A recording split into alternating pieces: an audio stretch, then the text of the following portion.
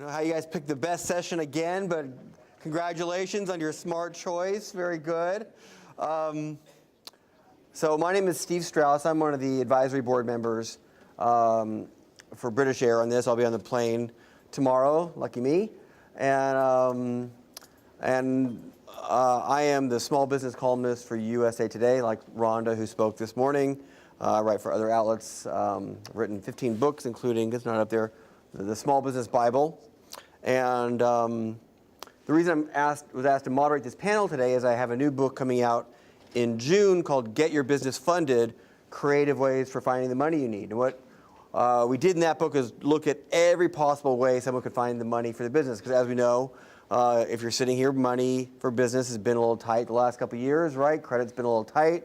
And what I did was come up with 25 or 30 creative other new ways, maybe not new, but other options besides bank loans, even though bank loans are still good and viable. So that's my background.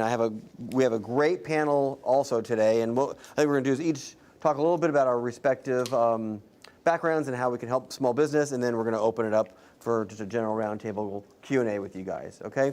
So this is Toni Corsini, and we have Todd Foulks and Bruce Drossman, right? Yes. So Toni is with the Small Business Administration Export Office and SBA Specialist in Financing and Export Financing.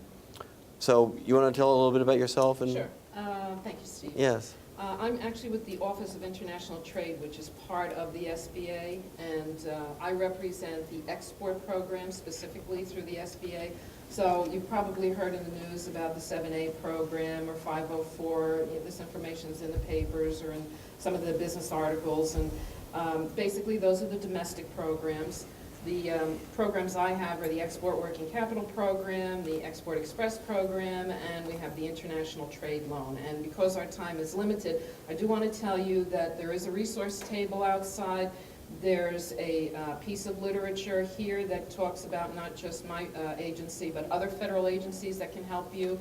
And there's also this other piece of literature which is specific to the programs I represent, and also has a map that indicates where we're located. I'm one of 19 national representatives, so I'm based here in New York. I cover the New York area, upstate, downstate, but certainly there are other coworkers of mine, my team, and they're across the United States. So please pick up the information. It's right outside this room, and it'll give you a lot of input on what we can do with the programs, because again, time is limited. Super. And Todd is an angel investor. Hi, my name's Todd Foulks. Thank you, Steve. Really happy to be here and happy to be in front of you all. My background is basically 10 years of sales and marketing experience for two very large Fortune 500 companies. Within the last few years, I did get involved with angel investing.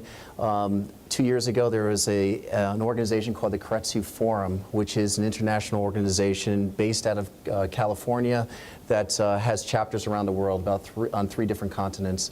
My chapter opened up here in New York. I was an owner, operator, and executive for that particular chapter.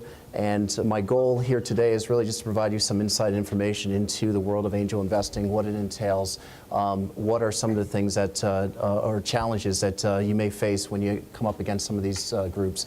And I have a second business as well called Essential Business Solutions LLC, which basically provides entrepreneurs with the gateway and an understanding of how to go through that process and be more successful when you do meet investors. Super. Thank you. Great. And Bruce is with a group you may not even have ever heard of before, which is the Export-Import Bank. And that's one of our problems. Yeah, the Ex-Im Bank. But you tell them, Bruce. Certainly. I'm with the Small Business Division at Ex-Im Bank. Ex-Im Bank is the official export credit agency of the United States. Just like in Canada, there's an EDC. In Italy, SACE. France, COFAS. Germany has Hermes. Ours is the Export-Import Bank of the United States. When you read about us, if you have heard about us, it's usually in the context of General Electric selling turbines overseas, Boeing selling large aircraft overseas. But we're required by our charter, which is an act of Congress, to make 20% of our authorizations, which are run about $25 billion a year, available directly to small businesses. Because small business opportunities tend to be smaller ticket in size. That means this is the 80-20 rule, 85% of the number of transactions that we do every year are directly for the benefit of small business exporters. There are 3 programs that we run: working capital support, trade credit insurance, and buyer finance, and we can get into that later on. All right, so I'll start with you. So my experience, what I thought the Ex-Im Bank does is, if you're an exporter or an importer, and you're having a hard time getting some money, it acts kind of like the SBA does, which is that it guarantees loans. Is that accurate?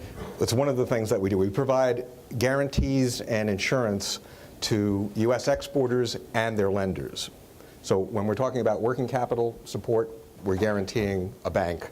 When we're talking about buyer finance overseas, we're also guaranteeing or insuring a lender in most cases. For the trade credit insurance, where we're insuring an exporter's receivables against payment default overseas, that's a direct undertaking. Are you a direct lender? We do direct loans on an as-needed basis. For example, during the liquidity crisis, banks just weren't stepping up to lend under our guarantee, and we had to direct lend. We also provide very long terms under certain circumstances for renewable energy projects. The term of repayment can be 18 years. Banks aren't going to commit to fund for that long, so we'll direct fund for renewable energy, for example. So I had a woman after my first session come up to me and said she's just new to exporting and she's really having a hard time finding the financing to cover.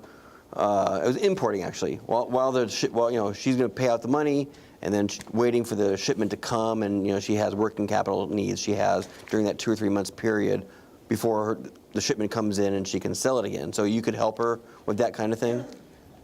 Well, yes. She's importing some of the products that she's going to repackage to sell overseas. So yes, that would come under the Working Capital Support Program. In the classic situation, you have a going concern in the United States, a manufacturer who's selling domestically, has a secured line of credit with its bank. That bank is going to advance off the domestic receivables and inventory. Company wakes up and realizes that 95% of the world's consumers are outside these shores, and in downtimes, why put all your eggs in one basket? Let's start selling overseas and watch those sales grow precipitously. But the problem is the lender isn't going to consider the foreign receivables to be eligible collateral. With our guarantee, they will. And there'll also be a more attractive advance rate for the inventory that is export related. Let me just add one thing to that. I recently learned of a program that UPS does that if you ship via UPS, if you bring your imported products via UPS in their system, they will advance you money against that once they know where the shipment is. So even it could be in transport, it could be in China, it could be on a ship. As you said, it's hard to get loans that way, but if you're doing it through UPS, I'm not here to, do a commercial for them, but it is a new service I recently heard about. So let me ask Toni a follow-up because it's kind of related. The SBA, how could the SBA help with funding? Yeah, the SBA, again, domestically there are programs, and if you're an importer and you need a loan, the 7A program, which is the domestic loan, is one that you can actually make yourself, it can be useful for you. The SBA programs all begin the same way, and that is that really it's a dialogue between the borrower, the company, the entrepreneur that needs the funds, and their bank. The bank has to be an approved SBA lender. The programs that I represent specifically are those that are for U.S. companies selling overseas.